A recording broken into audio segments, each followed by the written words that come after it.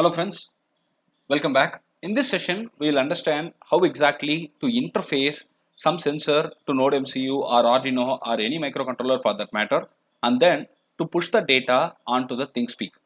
ThinkSpeak is one of the cloud services like Adafruit, like Firebase, but this is very friendly as well like Adafruit. I prefer Adafruit for all my code, and now when I started learning ThinkSpeak, I see no difference between Adafruit and ThinkSpeak, and both are almost similar.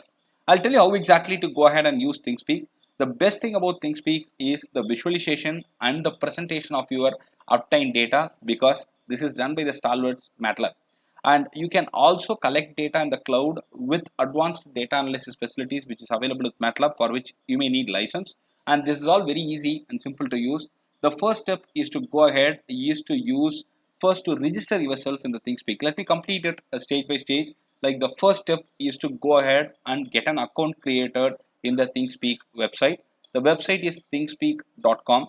The moment you go there, you can see that get started for free. Click it. It will give you a detailed description about what is what, and all those things are there, where they say that it is very easy to use and all these things. There in this page, you need to give your email ID, like whatever I'm giving right now, you can give one. And once it is done, you will get an email saying that your account is created, and you will have to create a password. Like every other service, create a password, and with that the work is done. The next time when you come in, you will have to log in with that username and the password. Email is not required for the second time. Just log in with the username and the password. Now I have done that already, and you can see that here I have logged in. My name is Sriram Vasudevan, and I have logged in already. You can see that the moment you log in, you will get account type as license free account, and messages we have got available as, you can see that we have got a limit of 4 channels, and I have already created a channel for a demo purpose. And you can get email alerts. Everything is possible here, and this is pretty easy. Here we call it as channels. In Adafruit you call it as feed, and here we call it as channel. I have created a channel here called as Sriram underscore test. Remember, Sriram underscore test is the name of my channel, and you can create new channels by clicking new channel. Sriram underscore new underscore channel, description, test, data, and you can give as many fields as you want. I want only one field label, and save channel. The moment you click save channel, that's all, it's all created. And you can see that now when you go back to channels, you can see when you click my channels, you will get both the channels available here. Now please understand the point. You need to specify in which channel are you going to send the data in. I have collected data from the potentiometer sensor, and I am pushing it onto the ThinkSpeak. I'm interfacing them with interfacing them with Node MCU, and I push the data onto ThinkSpeak. But where I get the data, which channel do I need to get the data? For an instance, I prefer Sriram underscore test, and for that I need to click the API key. Just like the keys available for Adafruit, you've got the keys available for this one also, ThinkSpeak also. And we can write into the channel with the write API key, and you can read from the channel with the read API key, and you can copy this. This is the key that you need to copy and use it for your code. Remember, this is the key that you need to copy and keep it safe in your code. And if you want, if you feel that it is compromised or something, you can generate a new key by clicking new API key generation. That's it. They have also given you clear idea as in how do you go with the API request for writing a channel feed, reading a channel feed. All these are clearly presented, and it's pretty easy for you. For now, you just understand that this key is like a password for you to use this particular channel. The channel is nothing but where your feed is going to go. That's all. The page where we have got things is explained. Now I'll go back to the my channel page, and I'm clicking it. Just let's leave it there. I'm going to do nothing. You can see that the data is all coming. I'll explain you how the data is coming, and I'll start showing you clearly what exactly is the status of it. Now we need to go to the code, and it's time for us to understand the code. Let me open the code with a notepad plus plus, because it is easy for me to access as well as to explain you. Let me go step by step. Now remember, these three are the fundamental include files that we need: ESP8266 Wi-Fi.h, Wi-Fi client.h, and ESP8266 web server.h. Now, I need to have my Wi-Fi credentials shared here. SSID is nothing but the username, and password has to be given, and that's it. You need to save the settings here, and this is going to be helpful for us. Now, what is the website? What is the cloud service? What is the website address that we are going to go to store the data? Very simple. This is nothing but the api.thinkspeak.com. This is where we need to go. This is where our data is stored. So specify it there very clearly. And now see that this is the API key that I want. This is the API key for writing the data in. Let me go back here. You can see that I have got API key here. The API key ends with MK, and I'm going to use the same MK key here for me to write the data into this particular channel. Remember it, I'm going to write the data into this channel. That's all. It's very simple. Now, as usual, any Arduino based code will have setup and loop, and in setup we go with setup where a minimum delay of 1000 milliseconds is given, and I have set the baud rate as 115200. That's it. It's very simple. And here I use the Wi-Fi mode as Wi-Fi underscore STA. STA mode will allow the ESP8266 to connect to the Wi-Fi network. I mean, our wireless router at home or office or wherever, right? It helps me in connecting it. Now, I need to begin the connection. So for that, I have the method Wi-Fi.begin. I have the SSID and the password which are already given here. SSID and password are here. This is helping me to connect into my Wi-Fi network. So I'm just printing some quotations for me to feel that it is getting connected.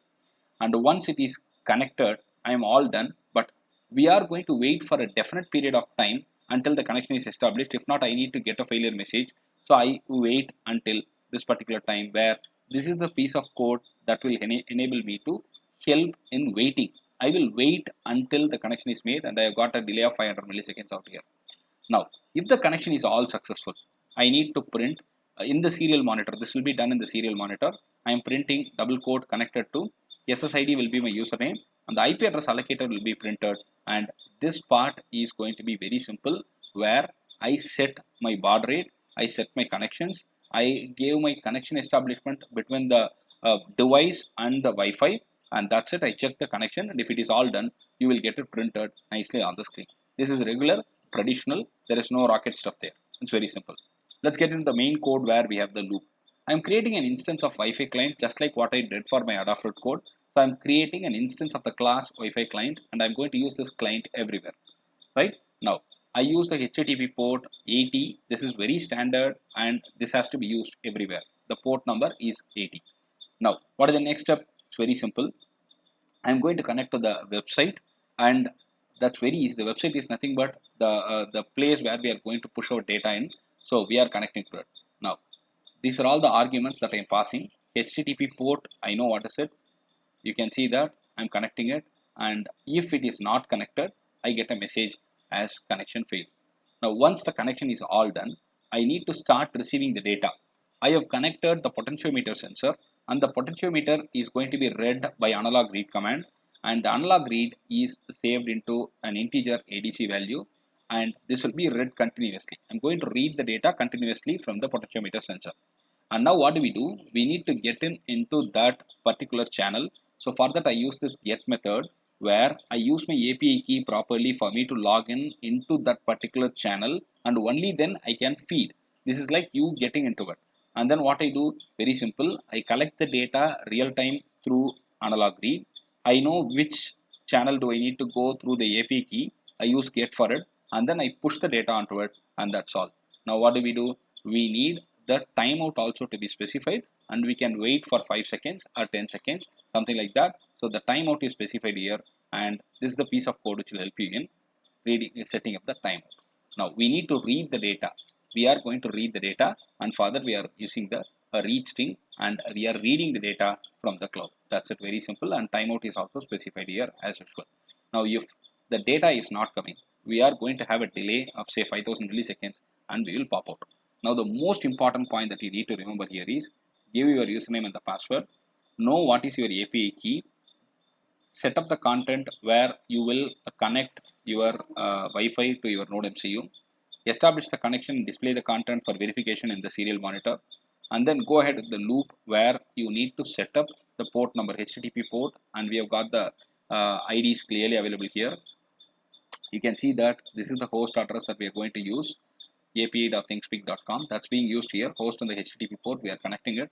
Once the connection is all done, we'll receive the data and we'll post it onto the appropriate channel through the API key reference, and you are going to display that. That's it. It's very simple.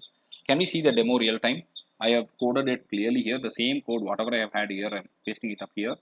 Let me upload it. I am switching on my boards, which I'll probably upload as a photo in the thumbnail part. So you can see that the uploading is happening.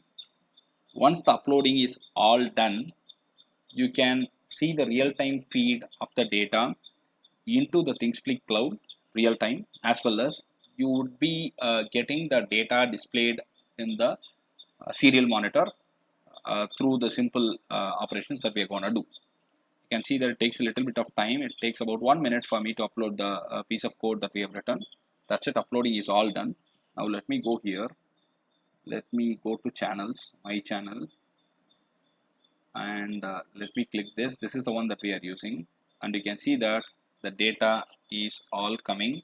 This is the previous data. Here it was switched off. I didn't switch it on. Now I have switched it on, and you can see that the first feed is coming. Now I'm going to change it, and once in every few seconds probably you could see the data.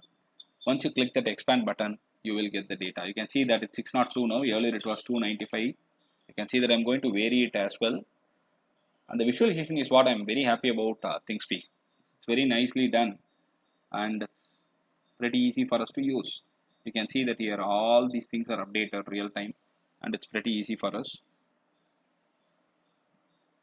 Let me show you. It takes a bit of time for the real time response. So maybe if you want a perfect real time response, you will have to go with the paid version or something like that. You can see that the data has come down right now, and it came from 602 to 2. It's all real time. And the most important point here is you can add a lot of visualizations when you go ahead with the commercial use or commercial license version. You can get that, and the data is continuously coming, and it is seamlessly presented out here. You can add widgets, you can export the data. All these are possible. You can go with the gauge type of display. You can go with the this one is going to be tried right now. This can also be done. So see that here. So you will get all these kind of displays here. This is very nice to use. And when you go with kind of hackathons, or when you go with any kind of presentations, instead of showing the data as numbers, you can show it with these gadgets, and you can show it with the widgets available over here with they are presented you. And it's a pretty nice thing that we have tried it out today. If you have any questions, suggestions, please go ahead and type it in the comment sections. I'll be able to answer you. And that's it. You can also go with MATLAB analysis and MATLAB visualization. For that, you need to have the MATLAB license. Without that, I think it would not be possible. You can see that here. Here, since the value is restricted between 0 to 100, now it has reached the peak. The original value is 615, but I have created it as only 0 to 100 when I created the gauge. So similarly, we can do that. I can start adding as many number of widgets as I want, and that's pretty simple and easy for me to use. You can see that here it will all be visualized. That's it. It's very simple. I hope you understood the code. I hope you understood the way we can use it, and that's it. Any questions, please ask me in the comment section. I'll be more than happy to answer. Thank you very much for following my channel, the content. If you have any queries, type it up.